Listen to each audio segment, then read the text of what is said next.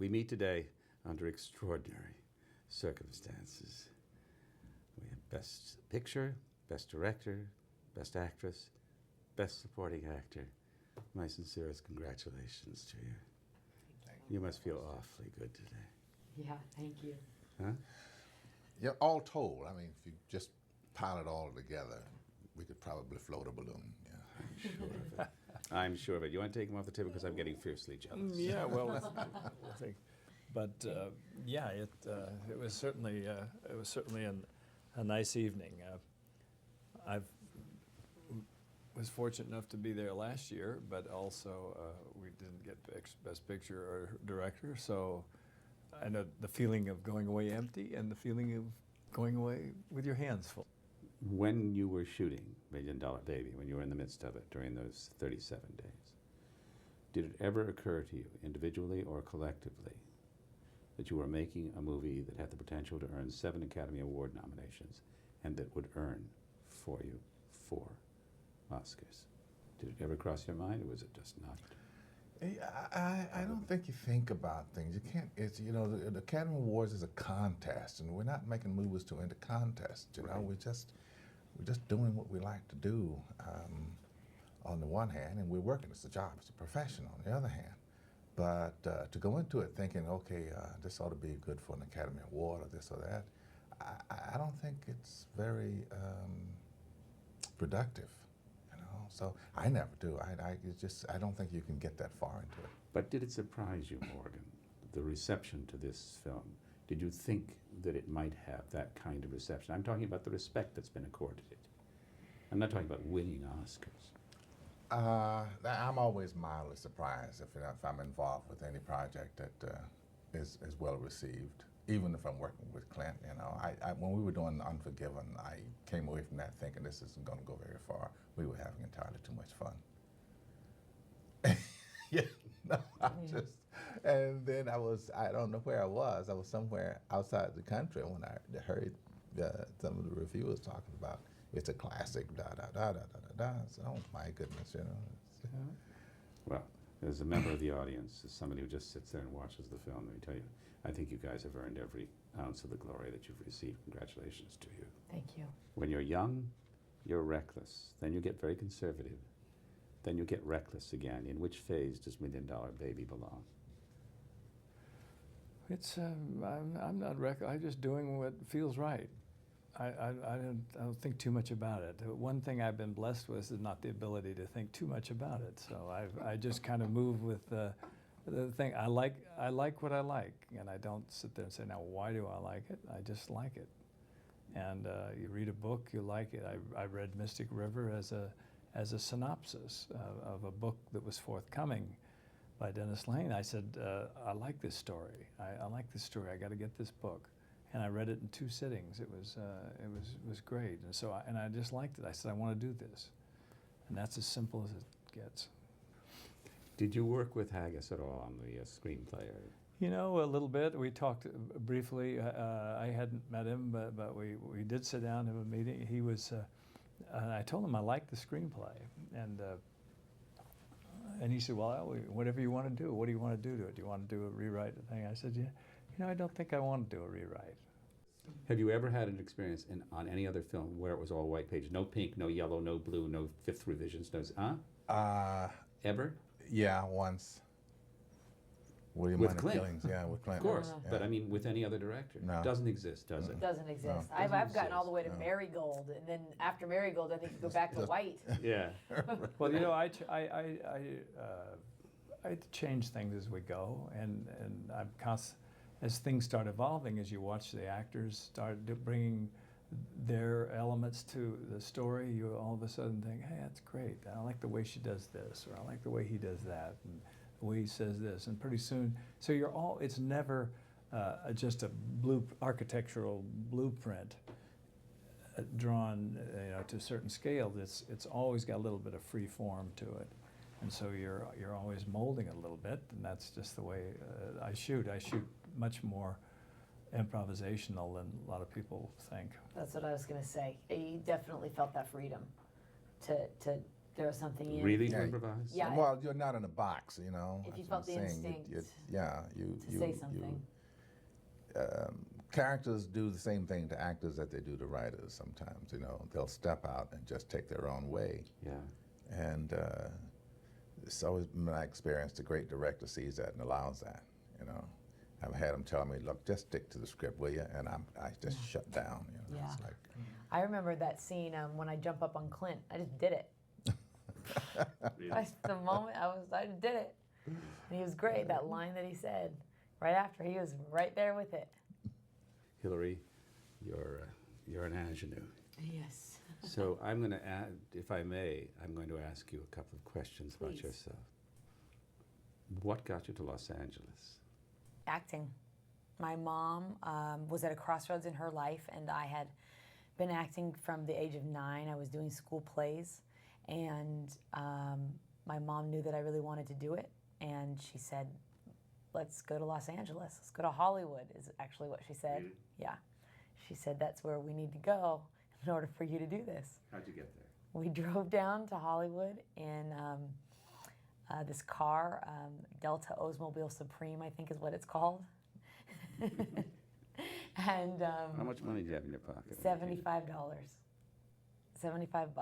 And we had a mobile card, you know, the gas station card that we would go in and eat off of sometimes, go into the deli and get a sandwich or whatever.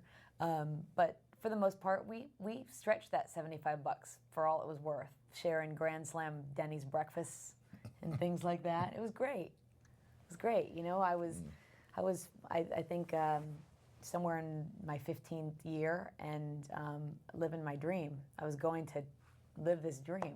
So And maybe someday be an actor. that's right. Somehow. That's right. And get a part sometime. That's right. But so no dreams of Oscar, I'm sure. no, just at that point, it was, can I get an agent? And I remember my mom going into Samuel French and buying, you know, using some of that, like $9.99 of that $75 to buy an agent's book. Has all the agents in town, and going to a phone booth, putting a quarter in, and dialing up, and they'd say, "Well, we need a resume." Didn't have a resume. Headshots. Need headshot. Didn't have that. You know, we'll call you back. Didn't have a phone. And we finally hit one that was my mom. You know, she was amazing. She's like, my daughter's beautiful and really talented. You should meet her.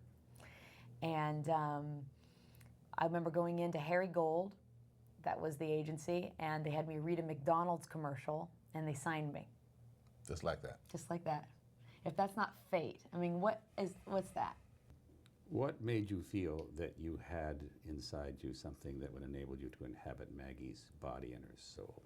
Well, you know, it's a kind of a question that I'll answer in two ways. One, I felt the closest to Maggie that I've ever felt to any character I've ever played. I mean, similar backgrounds, you know, similar, just the idea of having a dream and being really disciplined and diligent and focused, but also lucky and having someone, you know, that believes in you. But then there was the flip side of it of this scares me. This is such a challenge, just a physical and emotional challenge. That thing that happens as actors that you just think, you know, am I going to mess this up? Can I do this? That great thing that you feel. Did you sustain any injuries during the shoot of $1 Million Baby? Minor, you know, I have this shoulder kind of still gives me little like, ooh. You know, but other than that, you know, I had a blister that, you know, you're always pivoting. Yeah. So I would get huge blisters the size of my palm on my ball of my foot. God. And then I would sometimes get a blister on a blister. Didn't think it was possible. And I did get staph infection because I would pop them myself because I couldn't turn on it. This is not a frivolous question. Do you think you could take these guys? No. Are you kidding? What do you Take guys me think? and No. She could take me. I mean in the boxing ring. And anywhere, yeah. Yeah. No, I mean, she's trained. She knows how. She knows how to take a punch. She knows how to throw a punch. She knows how to move. I don't know nothing about it. Tell me about acting with Hilary Swank, sir. I think there are the only, maybe there's more, but to me there's two ways of acting. There's acting, and then there's reacting. Personally, I don't like acting. I think it's too much work. Reacting is no work at all. It's living, and I go along with Clint. I've seen her work, so I know how good she is as an actress. I know what shape she was in when she got to the set, so I know about her work ethic. And so I'm on set with someone who I know all I have to do is listen and respond. On Inside the Actors Studio, after nearly 11 years, I think that the one question that has evoked a unanimous agreement is, when you're acting, how important is listening? I'd like to ask you next. I don't think you can actually call yourself acting if you're not listening. I don't know what But you're really doing. listening, because people You have listen to to each really, other on the street. really listen. If Hilary and Clint and I do a scene 17 times, every time you have to be listening. You know what I do sometimes What? with some actors? They'll say a line and I'll say, just to see where they go. Yeah. So if they repeat themselves, then they were listening. I got you. You? Listening's everything. Everything. So I was just listening to you ask me a question. How was I going to answer it unless I was listening? Exactly. Clint? Yeah, it's it's the essence of acting, really, is listening, because you can't react unless you listen properly. And there's a million tricks in acting, a million tricks to free yourself up.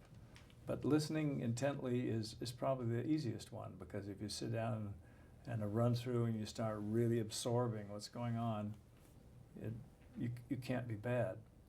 Yeah. Scrap possesses your trademark gravitas.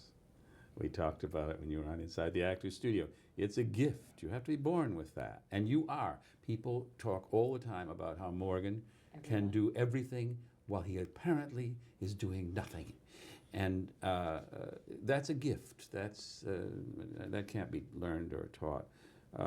But it has its disadvantages for you from time to time, doesn't it? I mean, people come to you for gravitas. Any box, Yeah. any box you find yourself in, is sometimes gonna cause you difficulties. You know, it's personal. You know, because you want to be able to break out of that. You know, As you did in your first role, your first movie role. Yeah. Remember? Exactly. Oh yes, exactly. You were a mean son of a gun. Yeah, Yeah, I really liked him. You can't teach it. You can't. You can't. Like you're saying, you're going to be born with it, but it's actually not quite that simple. You can really be. You can only teach yourself. You can only learn the technique of learning. You can't. You have to absorb it yourself. And everybody has a different. The approaches are all different, but they all come out the same place. Do you two know about Morgan's secret dance life? I know about it. You do. Yeah. I've heard about it, but I'd like to hear more. Where'd you study dance? Well, I started. Actually started in San Francisco. I mean, I was in Los Angeles, taking acting at LACC, and a curriculum called for dance movement. My teacher said that I had talent or potential or something, and that I should pursue it, because actors who can sing and dance, of course, have that much more of a chance of getting work. So I fully intend to be one of those. So I went into it, and eventually wound up in San Francisco doing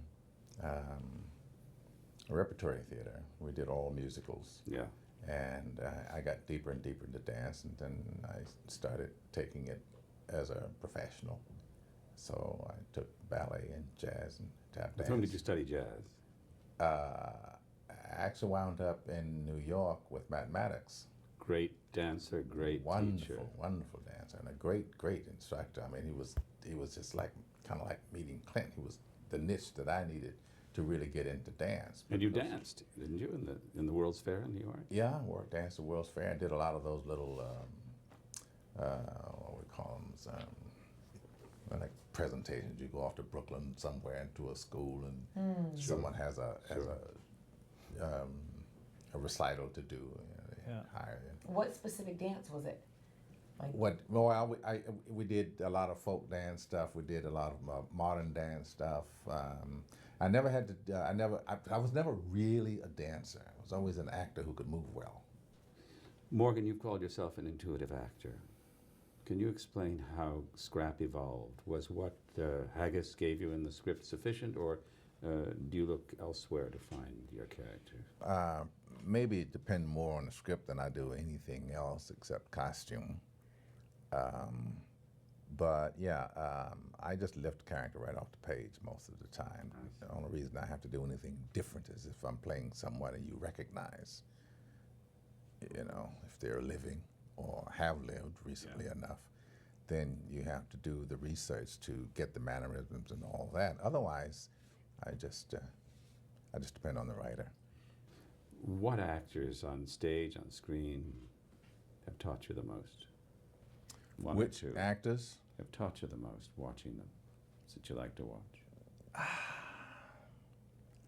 I think, for specific reasons, that the one I learned the most from was Stacy Keach.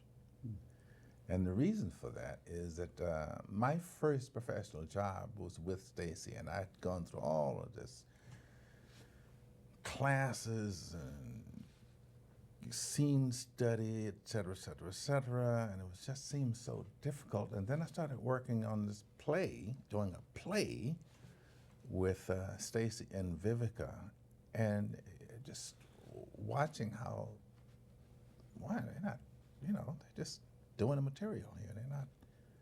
You're not sitting around intellectualizing yourself so much. You know, we can talk about what the character is after and go for that. But just watching them work is what like freed me up. You know, I'm trying to fit into someone else's mold is what was my problem.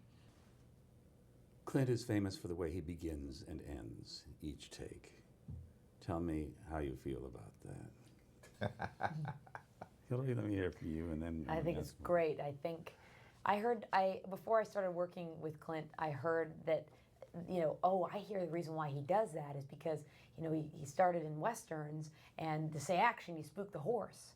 And that's why he says, okay, whenever you want. So I said to Clint, is that true? And Clint said, actually, not really. He said, the person on the horse squeezes the horse. Is that what he said? Yeah. And It's a subconscious thing. it's You not the just horse. Slightly tighten up, and the horse feels. it's the person Feels tightening to up. go. Yeah. That's right. And and so if then why make anyone tense up like that? Just ease into it. I thought that sounded pretty darn great. I never heard why he did. That's always seems to me when we did Unforgiven there, the first assistant always said action. Clint never said a word. If there's a sequence that needs coordination between the extras and background and whatever everything else, I always have the assistant. Or if you're in the scene, you know. But if it's in a scene, I don't. You know, if it's an intimate kind of scene, I just say go or start or when you're ready, Whenever you're ready, or what have you. yeah, right. but, and he never says. but if he it's never like said on cut. you, if the I never camera's heard on him you, say someone cut. else is gonna have to say it. Oh yeah, if it's on me, then I just when they yell speed, I just start in when I feel like it. But it's just a slight thing, and most good actors can hide it so well. But there's a slight little tension that goes by with somebody, especially when you get one of these directors who feels he's got to be Erich von Stroheim and scream action at Yes. the top of their lungs, and there's just and I just don't like that. I like the actor to be able to crescendo into the take. When Meryl Streep, who received an Academy Award nomination for her performance under your guidance in Bridges, Madison County, was on Inside the Actors Studio, she told on you. Do you remember what she reported to us? It had to do with a love scene in which you were also addressing the camera. Do you remember what she said? Not exactly, no, but she's a very fine actress. She's a very fine actress, and she said that it was this wonderful love scene. He was doing this remarkable job, and she suddenly felt something behind her as they were lying down and they were embracing, and it was Clint doing this to the camera. Do you remember that? No. She did. Meryl also said that after you shot the scene in which you broke down in that film with her, she scolded you for turning your back on the camera when the tears came. And she remembers saying, "How can you do that? That's the Oscar nomination shot." And you explained to me that you feel it's more important for the audience not to see than to see. Is that a case?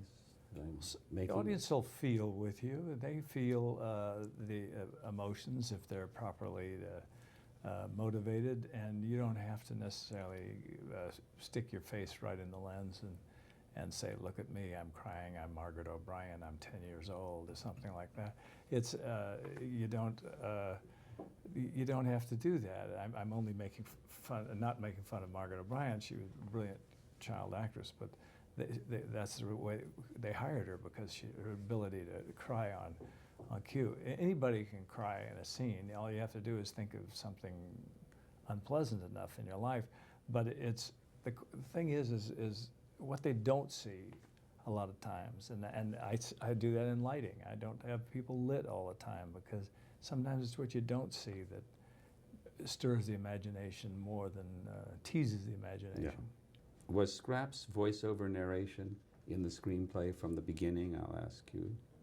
Yeah, It was always there. it was always there. Once it was there, once you knew you had it there, the film's point of view, we discover, of course, as the film goes on, is his point of view. Yeah. Did that influence the way in which you shot it? Yeah, he is the audience, and as the participating audience member, and as a narrator, and we turn out it turns out that he's writing a letter based upon all these experiences, and yeah, it wasn't necessarily that way in the FX Tool story, but Paul Haggis did a very clever thing, is he brought the Scrap character in from outside of the original $1 Million Baby story. It was another story, wasn't Yes, it? Yeah. it was another story, and so he brought it in, and he brought in the narrative thing. Now, I don't know whether what inspired him, or whether it's because Morgan has done it before in movies and does it so well, or